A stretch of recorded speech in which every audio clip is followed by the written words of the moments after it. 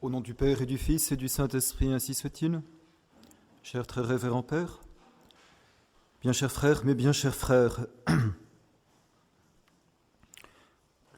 le grand trésor de nos églises, de nos chapelles, de nos maisons religieuses, c'est la présence réelle de notre Seigneur Jésus-Christ dans le tabernacle.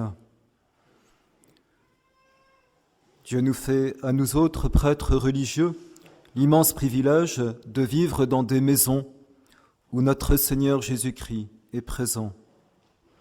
Mais bien chers frères, vos maisons n'ont pas ce grand avantage.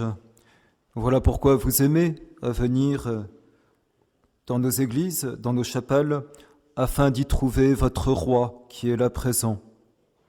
Et cependant, bien que la présence réelle ne se trouve pas dans vos maisons, vous avez la possibilité d'avoir chez vous un trésor qui, certes, n'est pas l'équivalent, mais est très grand aussi, le deuxième plus grand qui existe. Et ce trésor, c'est la Sainte Écriture, c'est la Bible, dont il m'est demandé de vous parler aujourd'hui. La Bible qui signifie le livre saint, le livre par excellence. Et je voudrais vous en dire tout d'abord l'importance, ensuite les conditions et les précautions pour bien la lire et les effets bienfaisants que vous avez le droit d'en attendre. Eh bien, chers frères, vous avez chez vous, je le pense, des dizaines, des centaines, voire pour certains d'entre vous, des milliers de livres dans vos maisons. Parmi eux, la Bible n'a peut-être par sa reliure qu'une apparence banale au milieu de vos autres livres, une apparence qui ne la distingue pas des autres. Elle est cependant un livre parmi tous ceux que vous avez qui l'emportent en importance et en prix, autant que le ciel sur la terre, autant que Dieu sur les hommes. Et il est vrai que sa place ne devrait pas figurer pêle-mêle comme un livre parmi d'autres livres que vous avez. Mais si on l'honorait comme on doit l'honorer, cette Bible mériterait d'être placée dans un lieu d'exception, par exemple dans l'oratoire de votre maison. Qu'est-ce qui place la Bible au-dessus de tous les autres livres ? Eh bien, c'est que, justement, à la différence de tous les autres, elle n'est pas une parole humaine, mais elle est la parole de Dieu.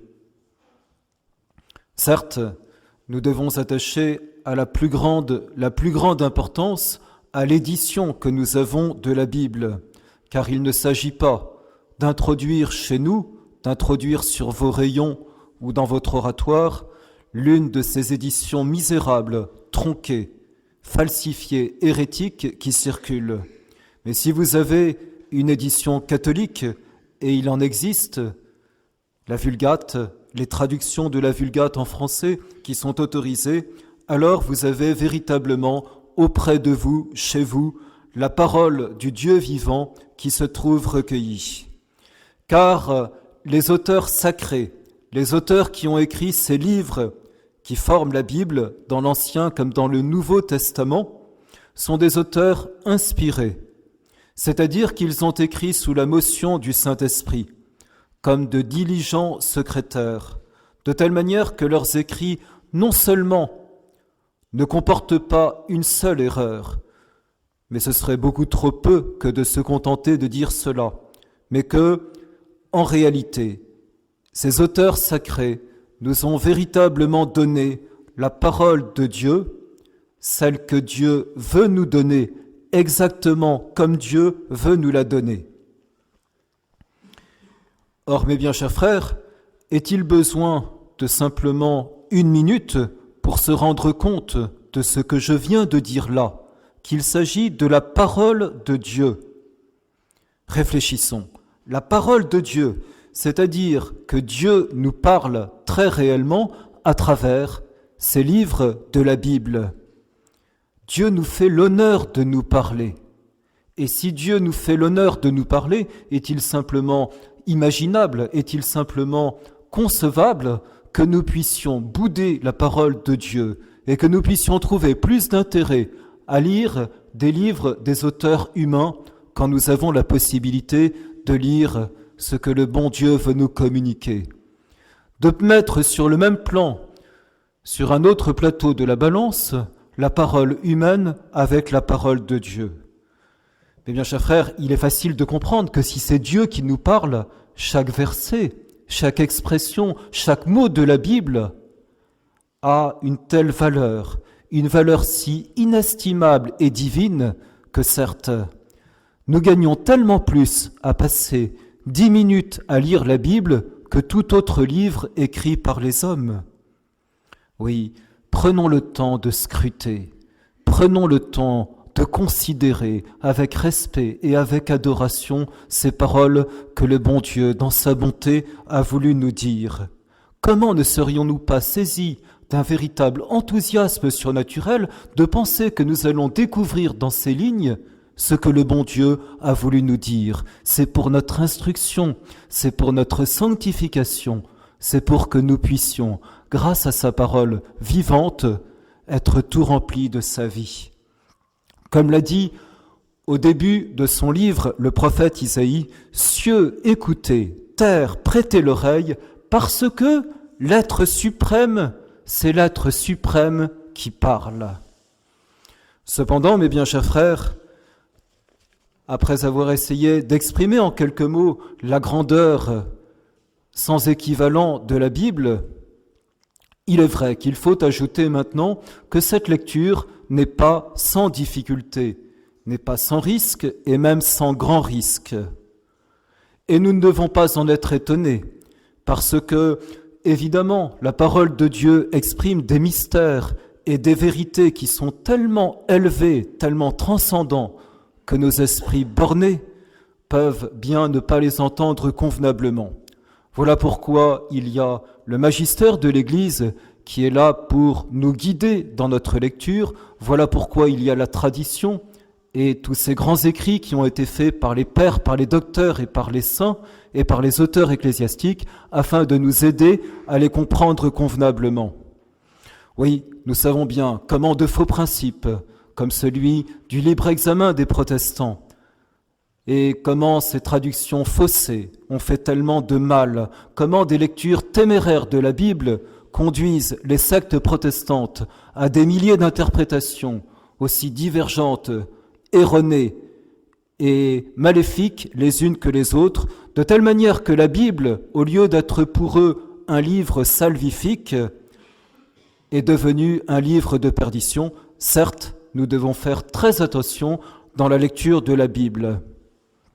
Et voilà donc quelques sages conditions qu'il faut que nous respections. Tout d'abord, je le répète, n'usez que de Bibles catholiques et si on ne sait pas, demandez.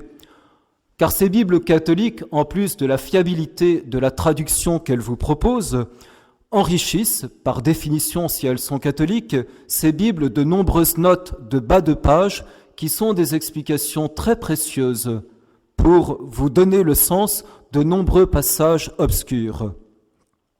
Mieux encore, d'accompagner votre lecture par de bons commentaires, et il n'en manque pas. Je voudrais donner quelques noms, et parmi ces noms, comment ne pas citer ces merveilleux livres de Don de Montléon qui, tant pour l'Ancien que pour le Nouveau Testament, ont été une véritable révélation pour tant de catholiques qui, les lisant, ont enfin compris le sens spirituel et toutes ces beautés et toutes ces profondeurs qui se trouvaient derrière des lignes qu'ils avaient lues tant de fois et dont ils n'avaient pas compris le sens. Citons encore, des livres magnifiques comme ceux de Don de Latte, dont Paul de Latte, le bénédictin, l'Évangile de notre Seigneur Jésus-Christ, Fils de Dieu, ou bien encore comme ceux du chanoine Weber, qui, par un excellent procédé, nous propose les 4 évangiles en un seul. Citez le Père Perrois dans ses commentaires de l'Ancien et du Nouveau Testament. Il les a pratiquement tous commentés. Et également ces grandes biographies de notre Seigneur Jésus-Christ qui nous donnent de si profonds portraits qui viennent éclairer l'Évangile, comme ceux du révérend Père Paul Berthe qui a été réédité, ou encore du Père Didon. Mes bien chers frères, que de trésors sont à notre portée. Comment?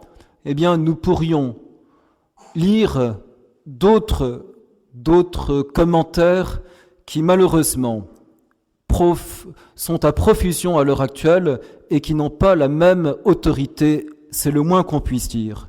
Je veux mettre en garde ici contre toutes ces personnes dont on parle tant aujourd'hui et qui auraient reçu des inspirations de Dieu pour commenter les Écritures.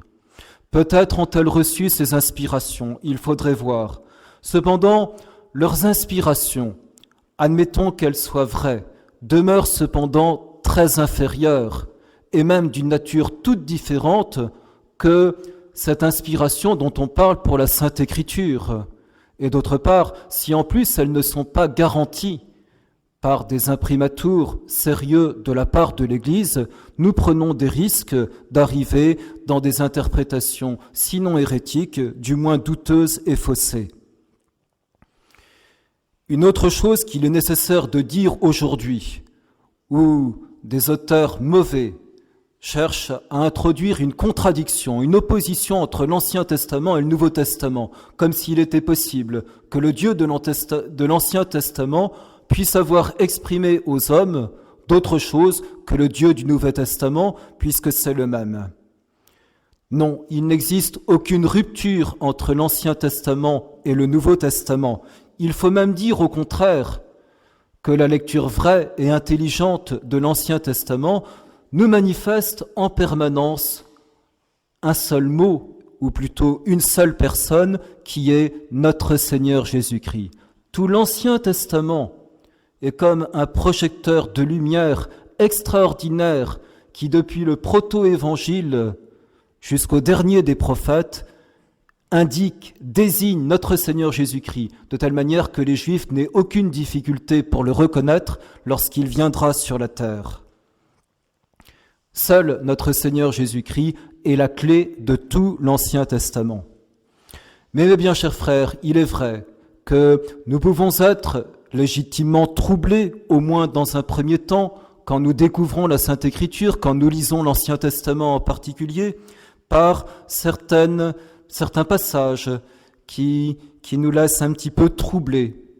Par exemple, devant l'apparent mensonge de Jacob à son père Isaac, ou bien encore par ces ordres d'extermination que Dieu donne au peuple juif lorsqu'il conquiert la terre promise, ou bien par l'interprétation vraie et juste de ce sublime cantique qu'est le Cantique des Cantiques, mais qui évidemment n'a d'explication que sur le plan spirituel, ou bien par ces apparentes contradictions entre la foi et la science dont se gargarisent les modernes, mais qui en réalité n'ont cessé de tomber et ne tombent les unes après les autres, parce que le Dieu de la foi ne peut pas s'opposer au Dieu de la science. Alors, il existe des éclairages tout à fait satisfaisants, et les prêtres sont là, de leur petit possible pour vous y aider aussi, afin de comprendre, d'aimer et d'apprécier la Bible.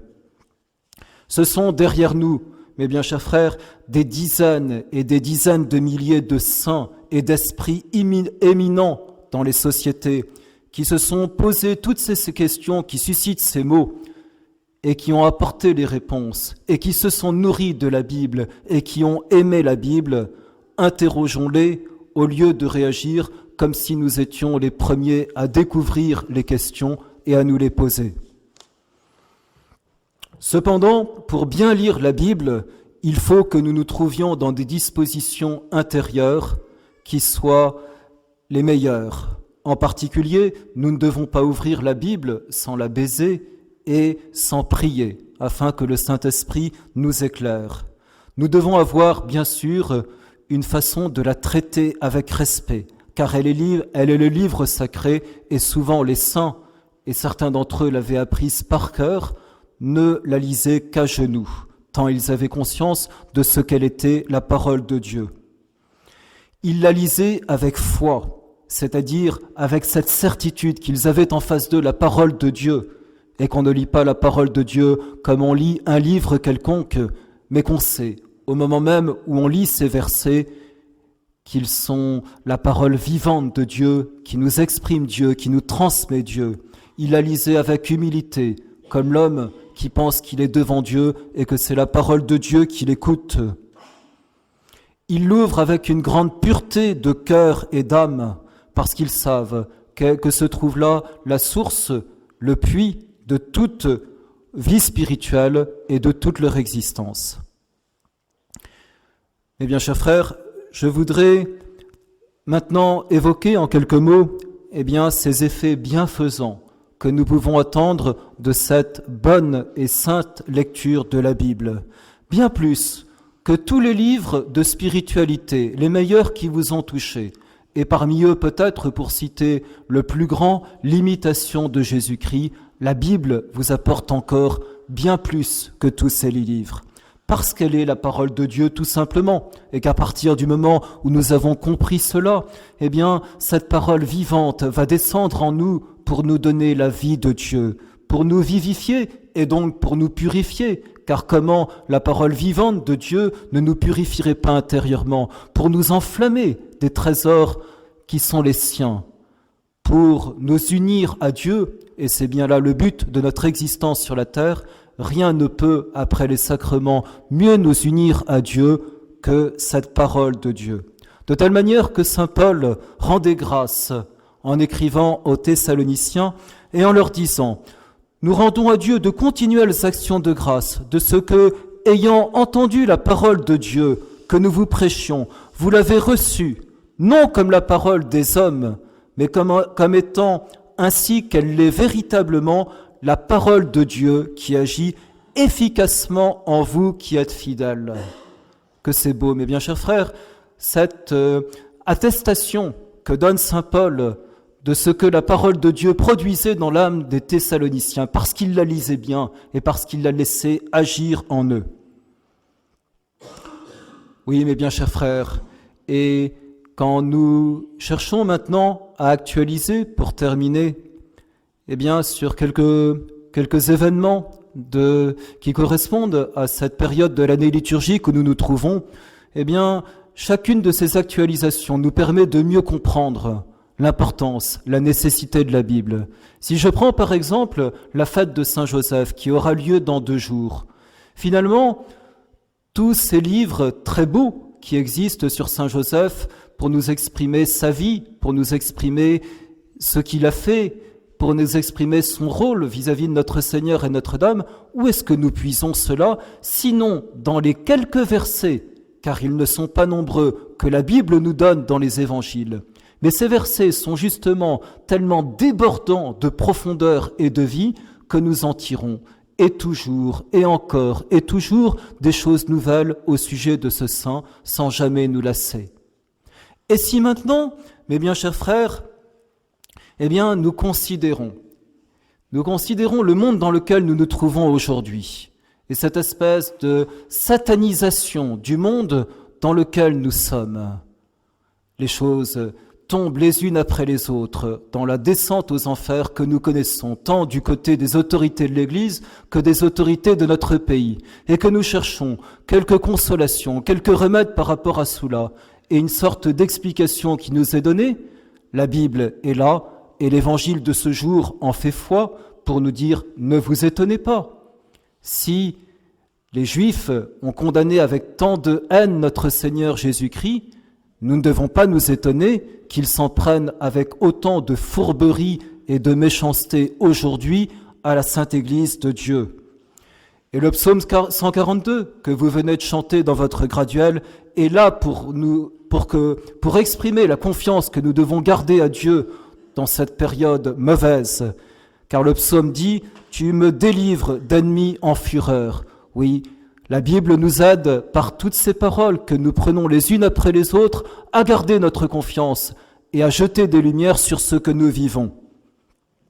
Et enfin, quand nous considérons cette période de la passion de notre Seigneur Jésus-Christ, dans laquelle ce premier dimanche de la passion nous fait rentrer, et que nous nous disons peut-être en nous-mêmes, le carême est déjà presque passé, mon Dieu, malheureusement, je ne me suis pas beaucoup approché de vous, je n'ai pas fait grand-chose. Comment me tirer de cette torpeur ? Mais bien, chers frères, lisez la passion de notre Seigneur Jésus-Christ dans les évangiles. Approchez-vous de cette parole de feu, de cette parole sacrée. Et oui, vous trouverez d'une façon qui vous confondra intérieurement si vous prenez, par exemple cet après-midi, le temps de lire ne serait-ce que la Passion, lentement, en vous arrêtant sur les versets. Eh bien, vous trouverez tant de motifs de compassion intérieure, tant de motifs de vouloir vivre chaque moment de cette quinzaine avec notre Seigneur, en considérant tout ce qu'il a fait pour vous. Rien ne pourra mieux vous réveiller que de vous remettre en lien, en rapport, en lecture avec ces paroles de l'Évangile. Alors, oui, finalement, le dernier mot, il appartient, et ça n'est pas étonnant, à la très sainte Vierge Marie. Car de Notre-Dame, il nous est dit dans l'Évangile, et que ces paroles sont belles et profondes, qu'elle conservait toutes ces choses, c'est-à-dire celles qui arrivaient à notre Seigneur Jésus-Christ, qu'elle les conservait dans son cœur. Eh bien, pour que nous conservions aussi dans nos cœurs toutes ces choses dont nous avons tant besoin, que jamais nous n'interrompions cette source d'eau vive qu'est la Sainte Écriture pour qu'elle puisse communiquer toute sa vivacité, toute sa vie, toute sa profondeur, tout son amour, toute sa sublimité dans nos âmes. C'est certainement ce que le bon Dieu désire pour nous et c'est pourquoi il nous a donné ces saintes Écritures. Au nom du Père et du Fils et du Saint-Esprit, ainsi soit-il.